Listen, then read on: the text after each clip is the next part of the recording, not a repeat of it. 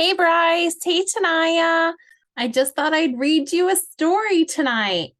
I thought I would read one of my favorites, which is Three Ninja Pigs by Corey Rosen Schwartz, illustrated by Dan Santat. Three Ninja Pigs. The Three Ninja Pigs. Once upon a dangerous time, a wolf loved to huff and to puff. He'd go around town and blow houses down till three little pigs cried, "Enough! We've got to get rid of that bully. We're tired of letting him rule. We must put an end to this terrible trend. Let's train at that new ninja school." Pig 1 took beginner Aikido to learn a few basic techniques. He gained some new skills, but soon got bored with the drills and dropped out in less than 2 weeks. His brother, Pig 2, took jujitsu and learned how to block and how to punch. When that wolf comes to knock, he'll be in for a shock. I will eat him for lunch. The teacher said, "Excellent progress. But Pig Son, you must study more." Pig 2 said, "No way. Sayonara, Sensei. I'm ready to settle a score." Pig 3 chose the art of karate and rose bright and early to train. She got in a groove and mastered each move: the cartwheel, the crescent, the crane. She balanced and blocked like an expert and practiced her lessons nonstop. By the time she was through, she could break boards in two by performing a perfect pork chop. For months, she persisted in earnest until she had paid all of her dues. How happy she felt when she earned her last belt. "I'll make that wolf shake in his shoes." Soon after, the wolf paid a visit to the little straw house of Pig 1. "Stay out of my hut or I'll kick your big butt. I'm telling you, you better run." The wolf took a giant step forward. "Oh, yeah? Come and get me," he dared. He swung, but he missed. Pig 1 made a fist. He swung, but he missed. I wish I'd been way more prepared. The wolf chased Pig 1 to his brothers and hollered, "Hey, pigs, let me in." Pig 2 yelled, "Retreat, or you'll suffer defeat by the hair of my chinny chin chin." One puff and the wolf blew the door down. Pig 2 did his best flying kick. But whoosh, the wolf dodged, and the pig's hoof got lodged. "We've got to get out of here quick." The chase carried on to his sisters. Pig 3 was outside in her G. "I'm certified weapon, so you'd better watch where you're stepping. You don't want to start up with me." Pig 3 faced a wolf and bowed deeply, for ninjas are very polite. "Quit huffing and puffing, and I am not bluffing. I warn you, I'm willing to fight." She then gave a swift demonstration with backflips and butterfly kicks. The wolf looked quite shaken, but hollered, "You're bacon! I'm not all scared of your tricks." Pig 3 heaped some bricks in a pile. "I'll show you what else I can do." With one mighty whack, she split the whole stack. Pig 3 said, "That could have been you." The wolf saw that he was outrivaled. He took one last look at Pig 3. "I love to eat ham, but I think I should scram before she makes mincemeat of me." The brother pigs high-fived their sister and watched the wolf vanish from view.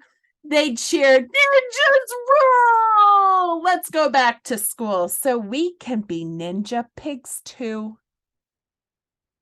They devoted themselves to their training till each proudly earned a degree. 3 pigs full of mojo then ran their own dojo, and life was forever wolf free. The end.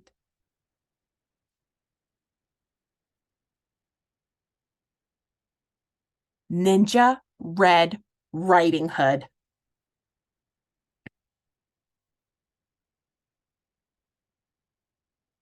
Ninja Red Riding Hood. Once upon a ninja-filled time, a wolf couldn't catch any prey. He kept getting licked by the dinner he picked and was growing more ticked by the day. His belly was aching for bacon. I'm wasting away, he complained. To huff and to puff was no longer enough, so he snuck into school to be trained. He practiced his katas for hours and mastered the whirlwind and wheel. He jackknifed and flipped and at last felt equipped to once again catch a good meal. Drooling with anticipation, he set off in search of some meat, while deep in the wood he met Red Riding Hood. The wolf licked his chops when he saw her and hastily thought up a plan. I'm bringing my grandma a treat. There are blossoms that way. You can pick a bouquet to give to your little old gran. I wonder what she'll do.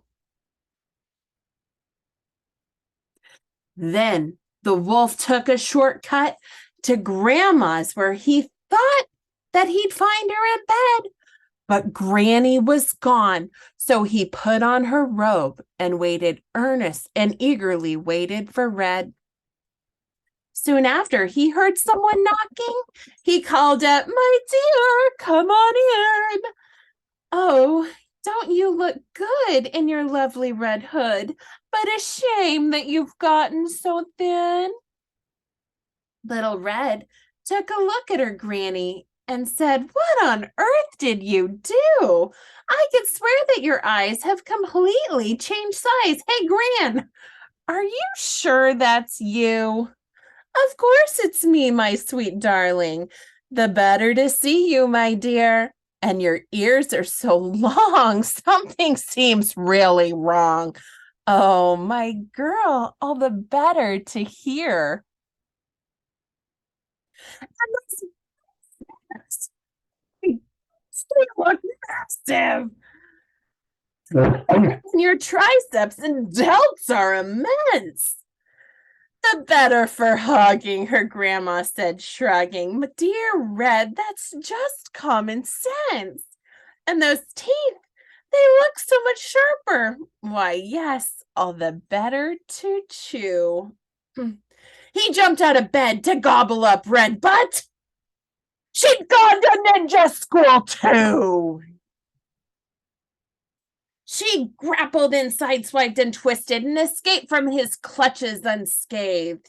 She attempted to lock, but he managed to block. They appeared to be evenly matched.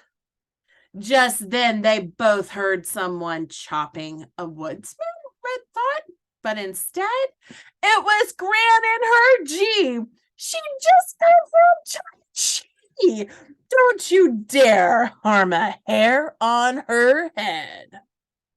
The wolf took a swing at that instant, but Red deftly dodged the attack. She got a good grip and threw him over her hip, and the wolf wound up flat on his back.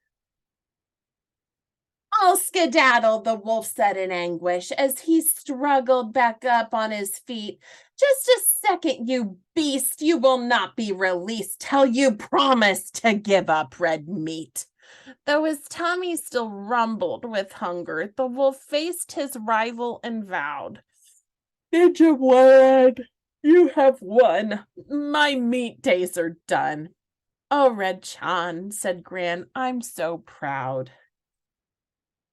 Then Red and the wolf bowed politely, and Gran gave him half her peach pie. The wolf was a mess. He'd had way too much stress.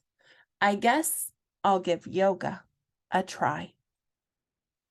He enrolled at the Downward Dog Center, where his tension soon began to decrease. He studied with yogis and said no to meat hoagies, and felt at last truly at peace.